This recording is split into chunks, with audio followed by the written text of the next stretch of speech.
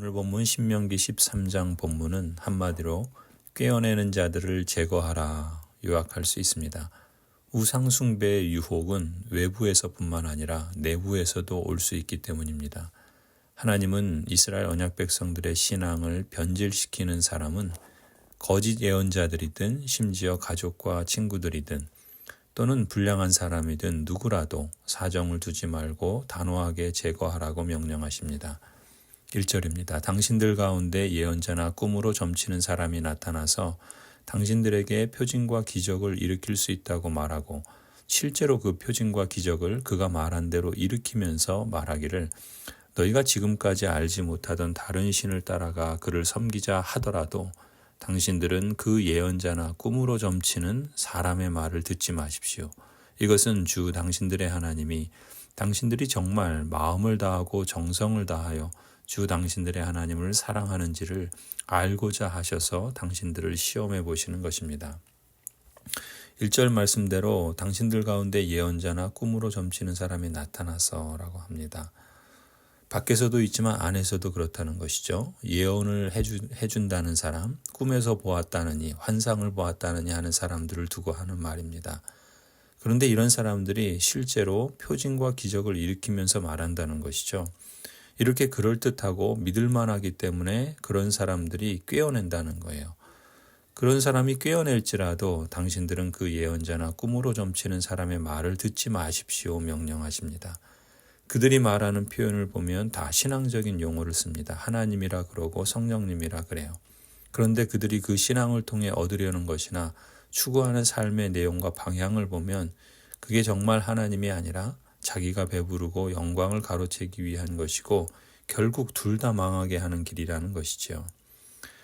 신약성경 빌립보서 3장에서도 말씀합니다. 내가 여러분에게 여러 번 말하였고 지금도 눈물을 흘리면서 말하지만 그리스도의 십자가의 원수로 살아가는 사람이 많이 있습니다. 그들의 마지막은 멸망입니다. 그들은 배를 자기네 하나님으로 삼고 자기네 수치를 영광으로 삼고 땅의 것만을 생각합니다. 이런 일들이 시대를 막론하고 끊이지 않고 일어났고 지금도 일어나고 있고 앞으로도 그럴 것입니다. 이러한 유혹과 악조차도 분명한 것은 하나님의 섭리적 통치 아래 있음을 오늘 본문 3절에서 말씀하죠. 이것은 주 당신들의 하나님이 당신들이 정말 마음을 다하고 정성을 다하여 주 당신들의 하나님을 사랑하는지를 알고자 하셔서 당신들을 시험해 보시려는 것입니다. 라고 말씀합니다. 그러므로 4절에 당신들은 주 당신들의 하나님만을 따르고 그분만을 경외하며 그분의 명령을 잘 지키며 그분의 말씀을 잘 들으십시오. 그분만을 섬기고 그분에게만 충성을 다하십시오. 예언자나 꿈으로 점치는 자들은 당신들을 미혹하는 자들입니다. 그들은 이집트 땅에서 당신들을 인도해내시고 그 종살이하던 집에서 당신들을 속량하여 주신 주 당신들의 하나님을 배반하게 하며 주 당신들의 하나님이 가라고 명하신 길에서 당신들을 떠나게 하는 자들입니다. 그러므로 그런 자들은 죽여야 합니다. 그렇게 하여서 당신들은 당신들 가운데서 그런 악을 뿌리째 뽑아버려야 합니다. 하나님의 명령은 무서울 정도로 단호합니다. 죽여야 한다, 뿌리째 뽑아야 한다라고 말씀합니다. 왜 이렇게 단호하신가? 예언자나 꿈으로 점치는 자들은 당신들을 미혹하는 자들이기 때문입니다. 그들은 이집트 땅에서 당신들을 인도해내시고 그 종살이하던 집에서 당신들을 속량하여 주신 주 당신들의 하나님을 배반하게 하며 주 당신들의 하나님이 가라고 명하신 길에서 당신들을 떠나게 하는 자들이기 때문입니다. 성도 여러분, 사단은 지금도 쉬지 않고 이러한 일들을 사람들을 통해서 행하고 있습니다. 거짓 가르침과 변질된 복음으로 그리스도인들을 꿰어내고 있으며 교회 안에서 세속적인 사상을 계속 주입시켜서 은근슬쩍 그럴듯한 말과 공작으로 결국 하나님을 배반하게 하고 여호와의 명령하신 길에서 꿰어내어 변질되게 합니다.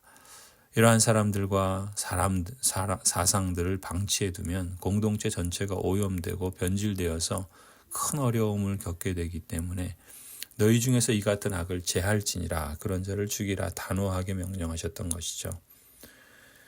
교회의 말씀 사역자와 직분자들이 하나님을 더욱 잘 따르며 성도들을 바른 신앙과 바른 생활로 나아갈 수 있도록 힘써 가르치고 깨어 기도해야 할 줄로 믿습니다.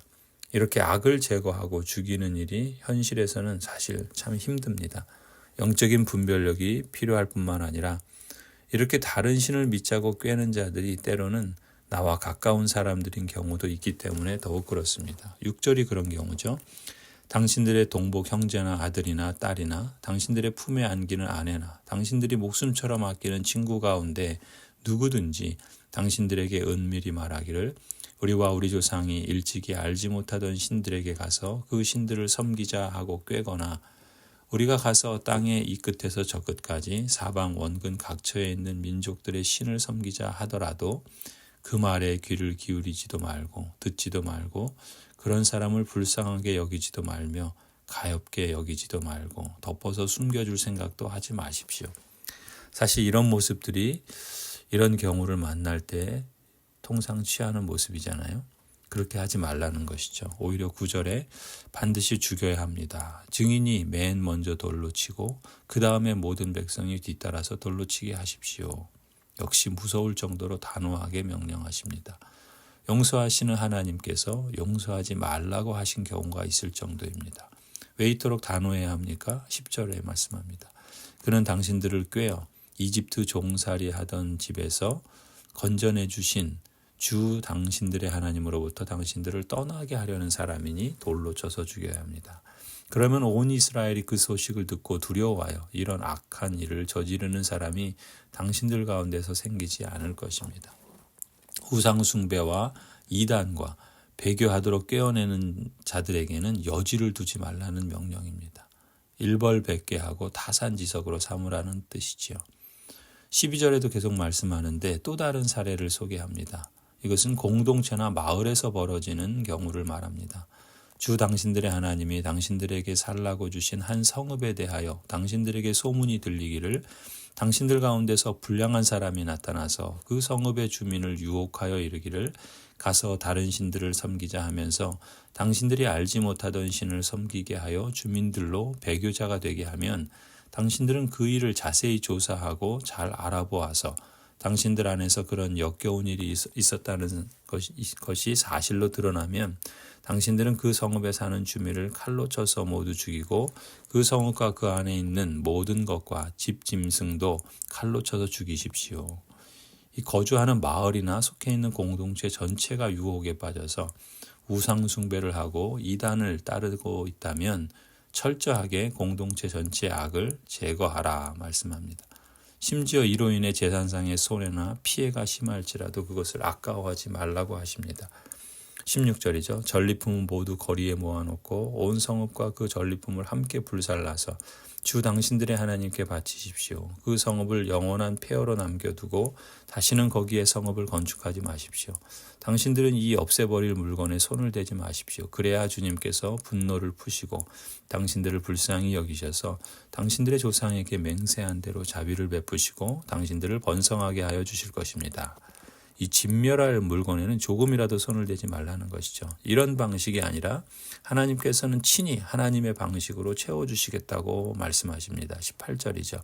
당신들이 주 당신들의 하나님의 말씀을 듣고 오늘 내가 당신들에게 명하는 모든 명령을 지켜 주 당신들의 하나님 앞에서 정직하게 살면 주 하나님이 당신들에게 자비를 베푸시고 당신들을 번성하게 하여 주실 것입니다. 이 우상 숭배와 이단, 배교는 하나님 앞에서 이만큼 무서운 죄이며 하나님께서 미워하시는 행위입니다. 어느 날도 눈과 귀를 사로잡는 온갖 소문과 신기한 일들과 꾀어내는 예언자들과 또 이단들이 여러분을 유혹해 옵니다. 이때야말로 하나님을 향한 순전한 사랑을 고백해야 할 때가 아니겠습니까?